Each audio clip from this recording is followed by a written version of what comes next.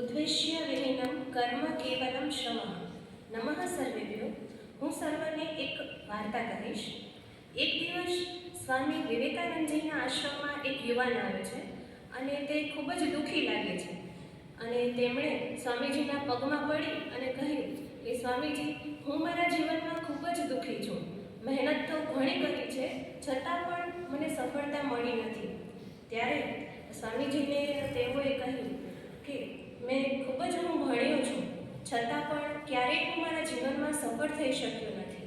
ત્યારે સ્વામી વિવેકાનંદજી તેમની મુશ્કેલી સમજી ગયા અને તે સમયે સ્વામીજી પાસે એક પાળેલો કૂતરો હતો અને તેઓએ કહ્યું કે પહેલાં તું આ કૂતરાને ફેરવીને લઈ આવ, ત્યાર પછી હું તને તારા સવાલોના જવાબ આપું છું.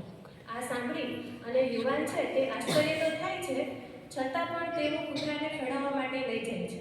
જ્યારે યુવાન પાછો ફળે છે ત્યારે યુવાનનો ચહેરો છે તે ચમકતો હોય અને કૂતરો છે ને એકદમ થાકેલો હોય છે.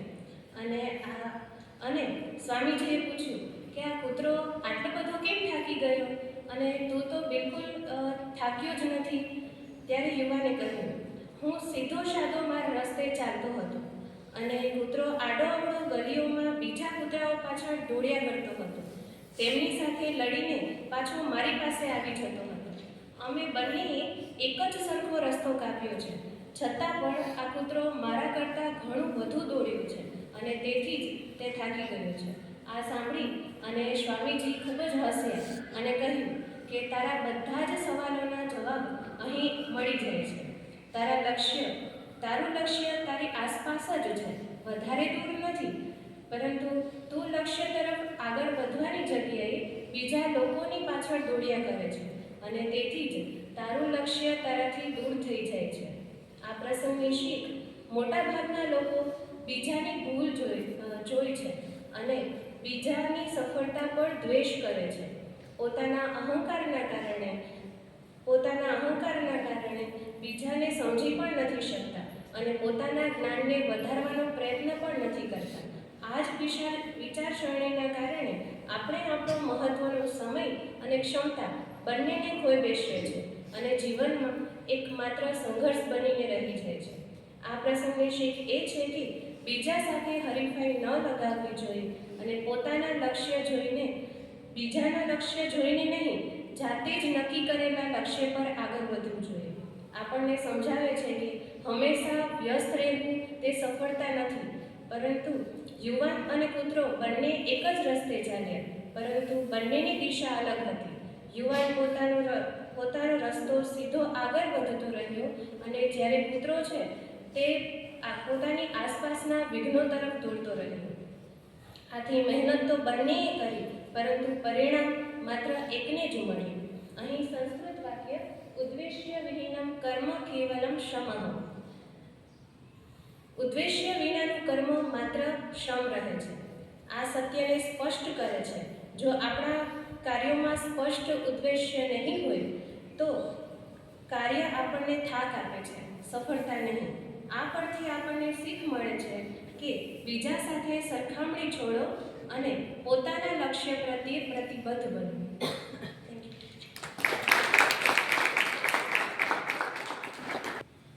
નમસ્તે. Intensity not time create knowledge. એટલે કે તમે તમારો સમય છે એ ટૂંકો બગાડો, છતાં પણ જ્ઞાન છે એ વધારે પ્રાપ્ત કરો. આ સ્લાઇડમાં સ્વામી વિવેકાનંદની અદ્ભુત વાંચન શક્તિની, પરંતુ તેમની એકાગ્રતા દર્શાવે છે.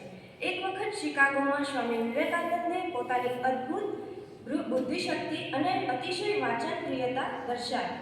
તેઓ પુસ્તકાલયમાંથી મોટા પુસ્તકો ઉધાર લેતા અને બીજા જ દિવસે પરત કરી દેતા. તેમના આ પ્રકારના ઉધાર લેવાના સ્વભાવથી પુસ્તકાલયની લાઇબ્રેરિયનને કૌતુક થયું. તેઓ સ્વામીજીને પૂછ્યું કે જો તમે પુસ્તક વાંચવા ઈચ્છતા નથી તો તમે ઉધાર કેમ લો છો? આ સાંભળીને સ્વામી વિવેકાનંદને શાંતિથી કહ્યું. તેમને બધા જ પુસ્તકો એક જ દિવસમાં વાંચી લીધા છે. લાઇબ્રેરિયનને આ વાત માન્ય ન લાગતા થોડીક અસંતુષ્ટિ થઈ. તેઓ એક પુસ્તકમાંથી કોઈ એક નાનું પાનું પસંદ કર્યું અને સ્વામીજીને તેમાં લખેલું વાંચીને સંભળાવવા કહ્યું. ના અચંબા માટે સ્વામી વિવેકાનંદે પુસ્તક તરફ નજર પણ ન નાખતા પાનાના પંક્તિઓને શબ્દશઃ પુનરાવર્તન કર્યું. આ જોઈને તે અત્યંત આશ્ચર્યચકિત થયો. ત્યારબાદ તેઓ સ્વામીજીને વધુ પ્રશ્ન પૂછ્યા અને સ્વામીજીએ દરેક પ્રશ્નોના ચોક્કસ અને સ્પષ્ટ જવાબો આપ્યા. તેમની અસાધારણ જ્ઞાન શક્તિ જોઈ લાઇબ્રેરિયન પૂરેપૂરી રીતે દંગ રહી ગયો. આ પ્રસંગની શીખ છે કે સ્વામી વિવેકાનંદનું વિશાળ વાંચન અને માહિતી સહેલાઈથી યાદ રાખવાની તેમની અસાધારણ ક્ષમતા જ્ઞાનની અપાર શક્તિને ઉજાગર કરે છે. શીખવાની તેમની નિષ્ઠા અને અદ્ભુત સ્મરણ શક્તિ માટે પ્રેરણારૂપ છે.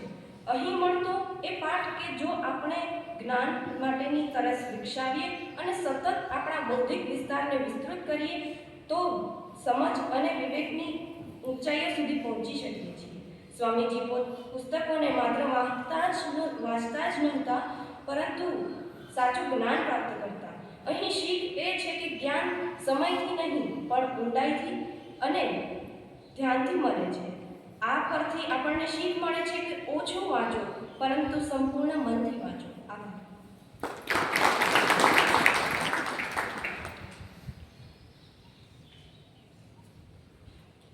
નમસ્તે. Comparison before command. આ સ્લાઇડ દર્શાવે છે કે સાચી આધ્યાત્મિકતા ઉપદેશમાં નહીં પરંતુ સંવેદનશીલ વર્તનમાં પ્રગટ થાય છે. શિકાગોમાં યોજાયેલી વિશ્વ ધર્મ સંસદમાં ભારત અને હિન્દુ ધર્મનું પ્રતિનિધિત્વ કરવા પહેલાં સ્વામી વિવેકાનંદ પોતાની માતાની કસોટીમાં પડ્યા હતા. તેઓ હિન્દુ ધર્મનો ઉપદેશ આપવાને યોગ્ય છે કે નહીં તે જાણવા માટે તેમની માતાએ આ પરીક્ષા લીધી. બંને સાથે બેઠા ફળ ખાઈ રહ્યા હતા. સ્વામી વિવેકાનંદે ફળ ખાઈ લીધા પછી તેમની માતાએ છરી માંગી. સ્વામીજીએ છરી એ રીતે માતાને આપી કે તેની તીક્ષ્ણ ધાર પોતાની તરફ રાખી અને લાકડાનો હેન્ડલ માતાની તરફ કર્યો, જેથી માતાને કોઈ ઈજા ન થાય.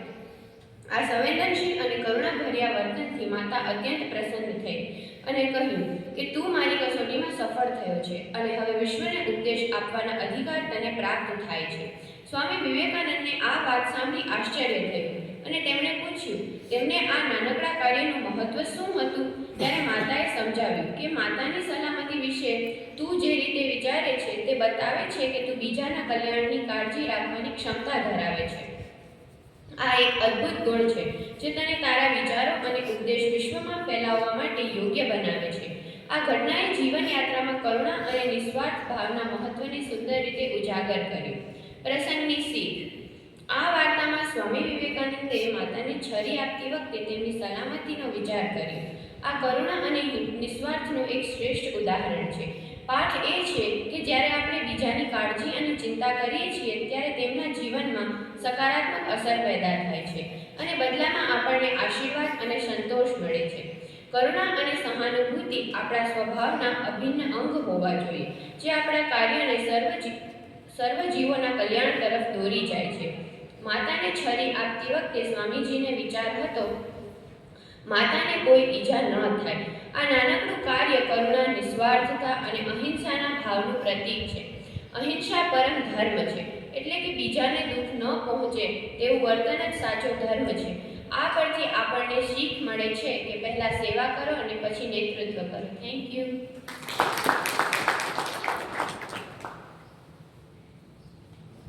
નમસ્તે. કામ ઇન્ટેલિજન્સ ડિફીટ્સ કેઓસ. આ સ્લાઇડ આપણને શીખવે છે કે પરિસ્થિતિ કઠિન હોય ત્યારે સૌથી મોટું હથિયાર છે શાંતિ એ સૌથી મોટું હથિયાર છે. એક વખત ટ્રેન મુસાફરી દરમિયાન સ્વામી વિવેકાનંદ હાથમાં કાંડા ઘડિયાળ પહેરેલા હતા, જે થોડી ઘણી યુવતીઓનું ધ્યાન ખેંચી ગઈ. તેમણે સ્વામીજી સાથે મજાક કરવાની ઠાની અને ઘડિયાળ માંગવા લાગી. સાથે સાથે તેમણે ધમકી પણ આપી કે જો સ્વામી ઘડિયાળ નહીં આપે તો તેઓ પોલીસમાં ફરિયાદ કરશે કે સ્વામીજી તેમને હેરાન કરે છે. સ્વામી વિવેકાનંદ આ બધાથી બિલકુલ અચળ રહ્યા. તેમણે મૌન ધારણ કર્યું અને જાણે તેઓ બહેરા હોય એમ વર્તન કર્યું. પછી તેમણે સંકેત કરીને યુવતીઓને કાગળ પર તેમની માંગ લખવા કહ્યું. યુવતીઓને ખબર ન હતી કે સ્વામીજી તેમની વાતો સ્પષ્ટ રીતે સાંભળી અને સમજી રહ્યા હતા. ત્યારે કાગળ સ્વામી વિવેકાનંદના હાથમાં આવ્યું. ત્યારે તેમણે શાંતિપૂર્વક પોલીસને બોલાવી અને કહ્યું કે મારે એક ફરિયાદ કરવી છે.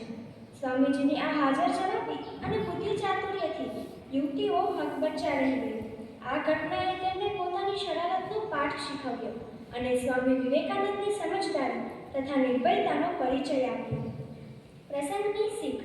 ટ્રેનમાં યુવતીઓએ કરેલી મજાક અને સ્વામી વિવેકાનંદનો પ્રતિભાવ, હાજર જવાબી, ઝડપી વિચારશક્તિ અને હાસ્યભાવની શક્તિ દર્શાવે છે.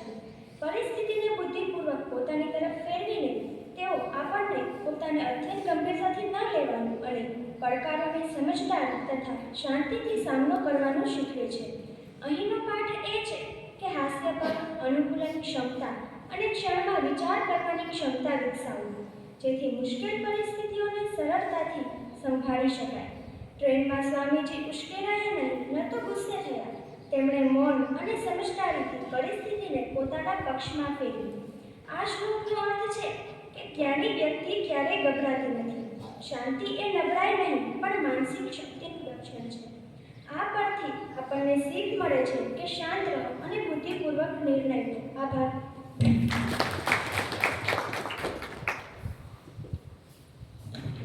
Mastery begins with focus. આ સ્લાઇડ એકાગ્રતાની મહત્તા દર્શાવે છે. સ્વામી વિવેકાનંદ જ્યારે વિદેશમાં હતા ત્યારે એક દિવસ તેઓ સુસમાન વિસ્તારમાં ફરી રહ્યા હતા. ત્યાં એક નદી હતી. તેમણે જોયું કે નદીના કિનારે કેટલાક યુવકો બંદૂકથી પાણીમાં નિશાન લગાવી રહ્યા હતા. વિવેકાનંદજી તે યુવકો પાસે ગયા. યુવકો ખાલી ઈંડા ઉપર બંદૂકથી નિશાન લગાવવાનો પ્રયત્ન કરી રહ્યા હતા, પરંતુ તેમનું એક પણ નિશાન યોગ્ય લાગતું ન હતું. જ્યારે યુવકો ભારતીય સંન્યાસીને જોયા ત્યારે તેઓ હસવા લાગ્યા અને સ્વામીજીને પૂછ્યું, શું તમે પણ નિશાન લગાવી શકો છો? વિવેકાનંદજી દરેક કાર્ય અત્યંત દક્ષતા સાથે કરતા હતા.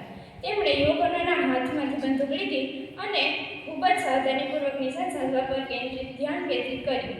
સંપૂર્ણ એકાગ્રતા સાથે જ્યારે તેમણે પહેલી ગોળી ચલાવી ત્યારે તે સીધી ઈંડાને લાગી. સ્વામીજીએ આવું નિશાન એક નહીં અનેક વાર લગાડ્યું. આ બધા નિશાનો જોઈને યુવકો આશ્ચર્યચકિત થઈ ગયા અને તેઓ વિચારવા લાગ્યા કે આવું અચૂક નિશાન તો કોઈ મહાન નિશાનેબાજ જ લગાડી શકે છે. યુવકોએ પૂછ્યું, શું તમે પહેલા પણ નિશાનેબાજીનો અભ્યાસ કર્યો છે? વિવેકાનંદજીએ સ્મિત સાથે બોલ્યા, મેં એકાગ્રતાનો અભ્યાસ કર્યો છે. પછી તે બંદૂક ચલાવવાનું હોય, પુસ્તક વાંચવાનું હોય કે તીર ચલાવવાનું હોય. પ્રસંગની શીખ અહીં સ્વામીજીને એવો સંદેશ આપે છે કે કોઈ પણ હોય જો તેને સંપૂર્ણ એકાગ્રતા સાથે કરવામાં આવે તો તેમાં નિશ્ચિત રીતે સફળતા મળે છે. પરંતુ જો આપણું ધ્યાન થોડું પણ ભટકી જાય છે તો સફળતા મળવાની સંભાવના ઘણી બધી વધી જાય છે. યોગ એટલે કાર્યમાં કુશળતા, એટલે મન, શરીર અને કર્મ એકસાથે હોય ત્યારે શ્રેષ્ઠ પરિણામ મળે છે. આ પરથી આપણને શીખ મળે છે કે હાથ નહીં પણ મનને તાલીમ આપો. Thank you so much.